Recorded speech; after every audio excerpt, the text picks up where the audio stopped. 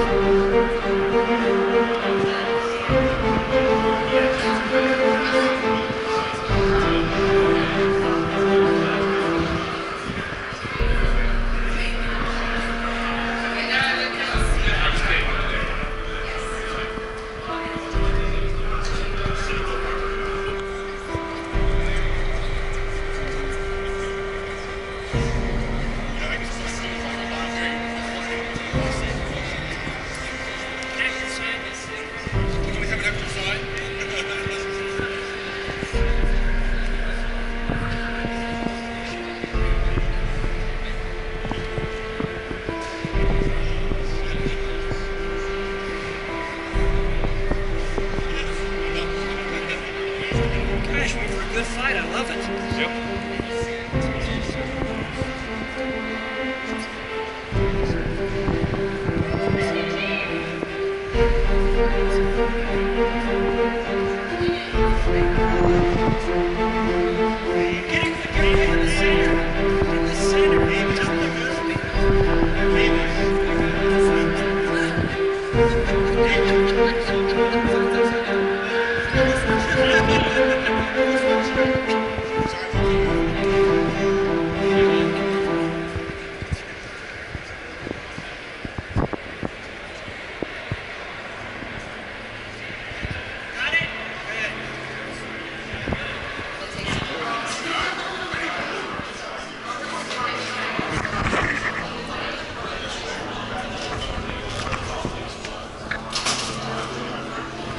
A little bit of a sneak peek, but Shaddy, Claire, Brian are already all in there. They're in there making history, hopefully.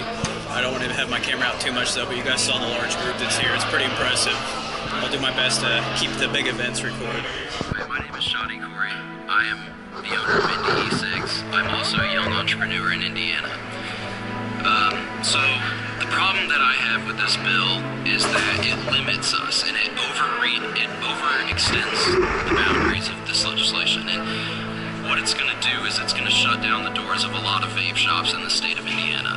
It's going to disallow us to carry a lot of products that we currently carry, and it's going to put us out of business. This bill favors big tobacco companies. It favors the electronic cigarettes that look like a cigarette, and it does it in the defense of public health. Then why are they exempt from this bill? Why are they exempt if they are one of they are the largest manufacturers in this industry, but they are exempt from this bill, and this bill is said to protect public health? That doesn't make sense to me.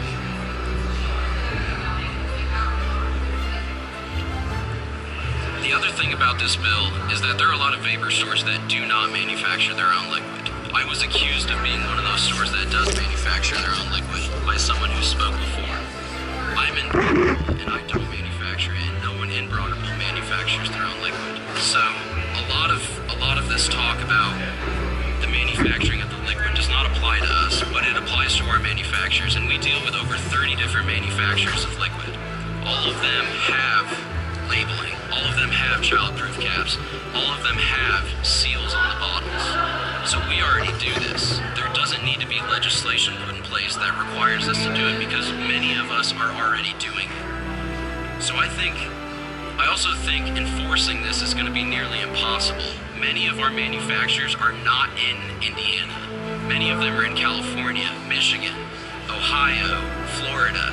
They do not. How are we going to enforce this legislation when they're not in our state? It just doesn't make sense to me. I think we're going to have an extremely difficult time trying to enforce this in other states. What are we going to fly the ATC out there and enforce it there? How are we going to maintain the same standard from state to state to state? Because a majority of juice or e-liquid manufacturers are not in the state of Indiana. So what we're also doing is we're creating a barrier to entry in the market.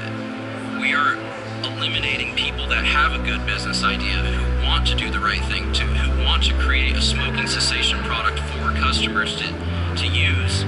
But we're eliminating them being able to do that because the barrier to entry becomes so high with the fees that are imposed and all the guidelines that are also proposed in this legislation. Earlier you talked about a black market. Senator Bro talked about a black market. We would absolutely create a black market if we eliminated a majority of the products that are on the market today, which is essentially what this bill is doing. So I speak on behalf of the vape shops like mine. I own 5 stores in the Indiana area and we're less than 18 months old. We plan to continue expanding, creating jobs in the state of Indiana, and paying our taxes like good citizens. So I don't agree with this bill, and I think a lot of people will agree with me. And I'm happy to answer any questions because we've heard from the opposition, but you haven't heard from the guy who's on the front line selling this product in a retail store. That's why we have you here. Yes, Senator Dell. Johnny, thanks for coming down. We spent a lot of time together talking to me about your business, but share your personal story about your addiction to nicotine and cigarettes and what this product has meant for you personally in terms of being able to quit cigarettes. Absolutely. I started smoking young. I started smoking at the age of 17. And actually my girlfriend's father is the one who introduced me to my first electronic cigarette at age 22. I'm age 26 right now. Ever since I picked up that first e-cigarette, I quit smoking. I haven't smoked since. It's been about 4 years of not smoking a traditional cigarette, and it's changed my life. It's given me the opportunity to be a business owner. It's given me the opportunity to employ people, to be my own boss. And not only just that, my health has improved greatly, and the fact that I've been able to wean myself off nicotine has been huge.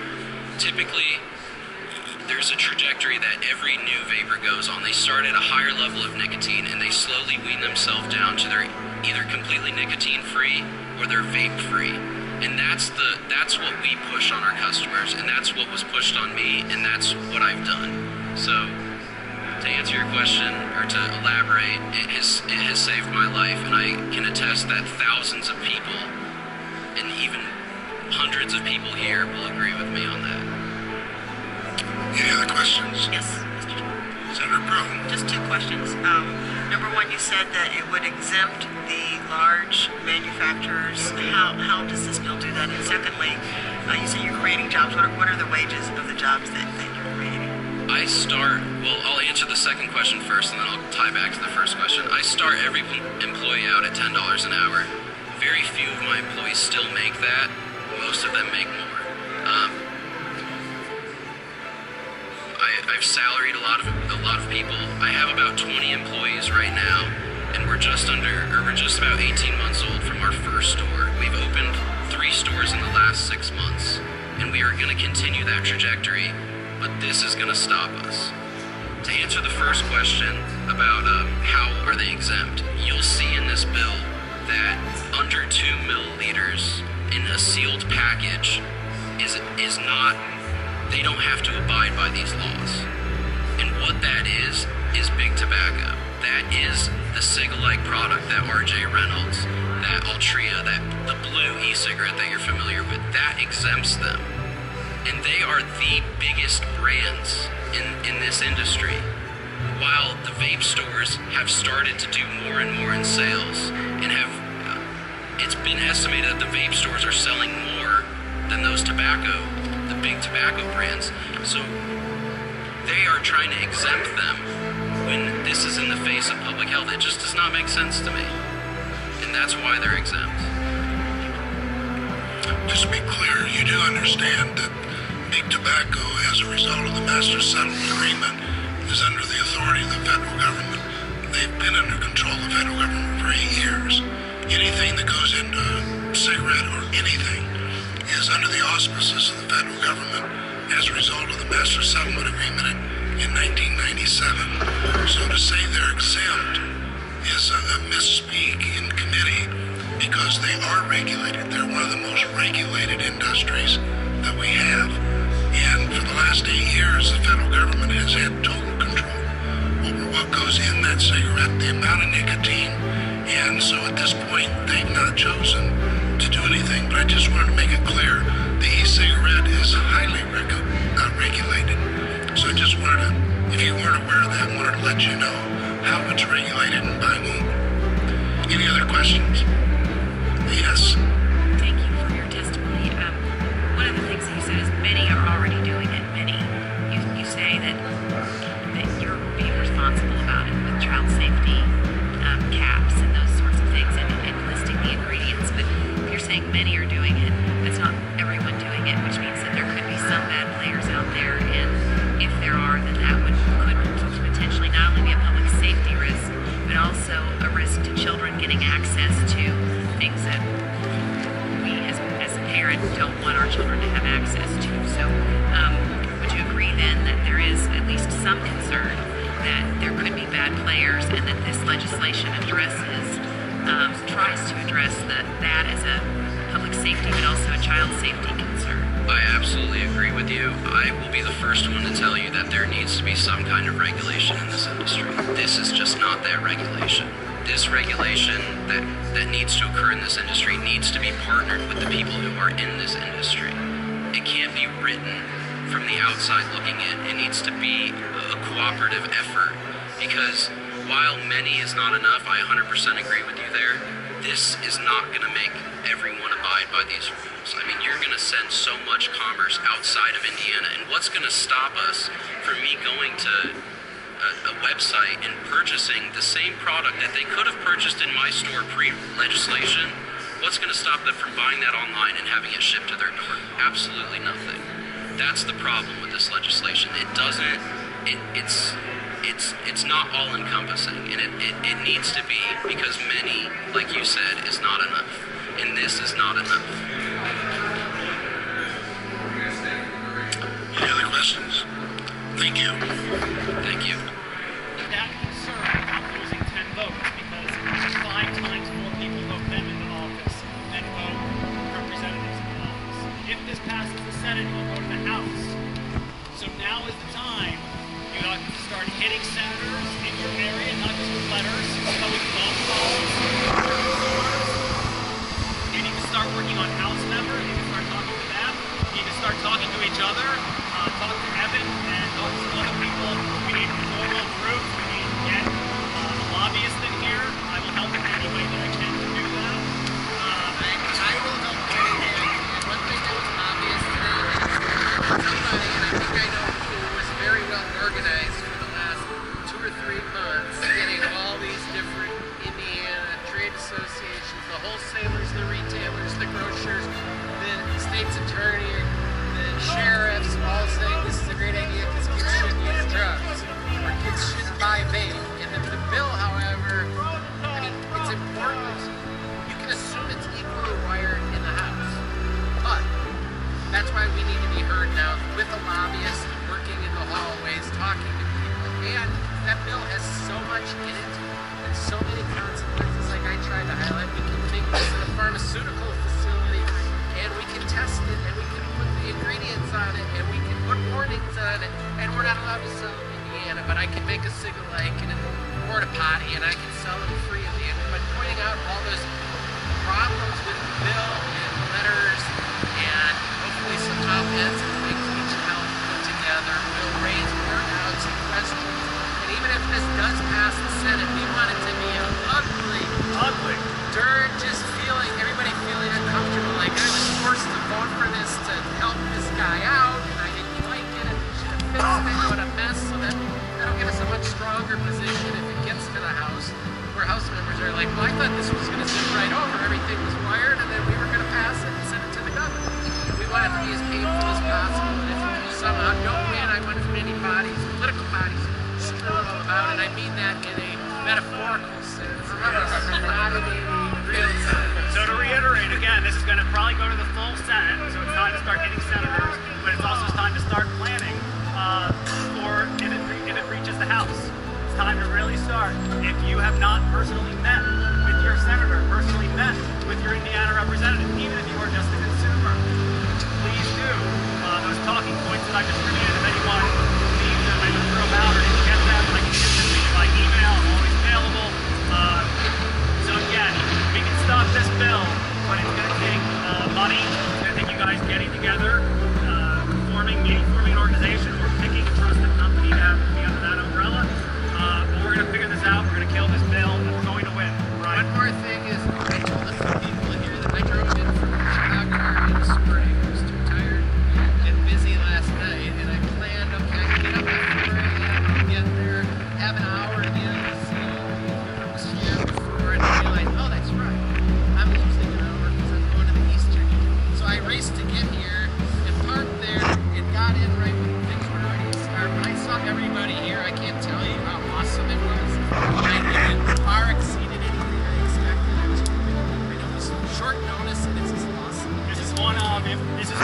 best crowds you've ever had, and we need this again when it hits the house. Don't, again, yes, at the floor, we're gonna need a big lobbying day if it gets there. But again, don't give up. What they want you to do is give up. They want you to think, well, you passed one committee, so we're screwed. It's the law. No, this is a process. And again, this was voted out of committee out of respect for the legislator. They may not have that respect, they will not have that respect necessarily on the floor. Constituents are angry, and you need to start hitting senators, House members, and start talking about lobbying. I have a flight at 3:30, so I say we all get up on the steps, and if somebody with a nice camera could volunteer to take the photo. You said you could send this home. There's not one person that's going to make like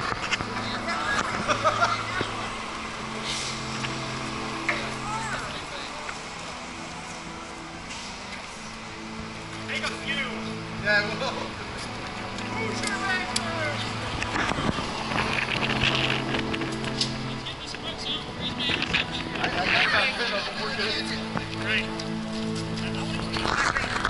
Quite a large group of people, very impressive. It didn't go exactly the way we wanted, but there's still some good things that can come from this, so we'll see what happens.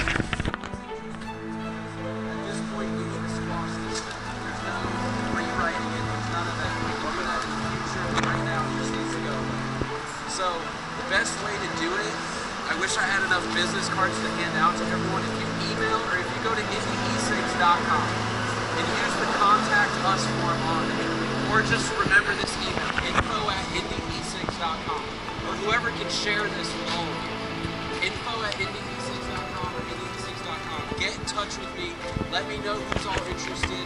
We'll split the pot equally, and this will cost us virtually nothing. $1,000 a shot. That's nothing to make us in business. So let's all unite together. Let's make something happen. Let's all do it together. So just shoot me an email. I'll get a lobbyist, and then we'll schedule a meeting where he comes and explains the process to you, tells you what he's going to do, what his firm's going to do, and we'll make something happen. So just shoot me an email, and please do it soon because I don't want to wait. Okay. So if you can get me these emails by tomorrow, if not sooner. What do you want in the email? Just give me your contact. Before you all break up.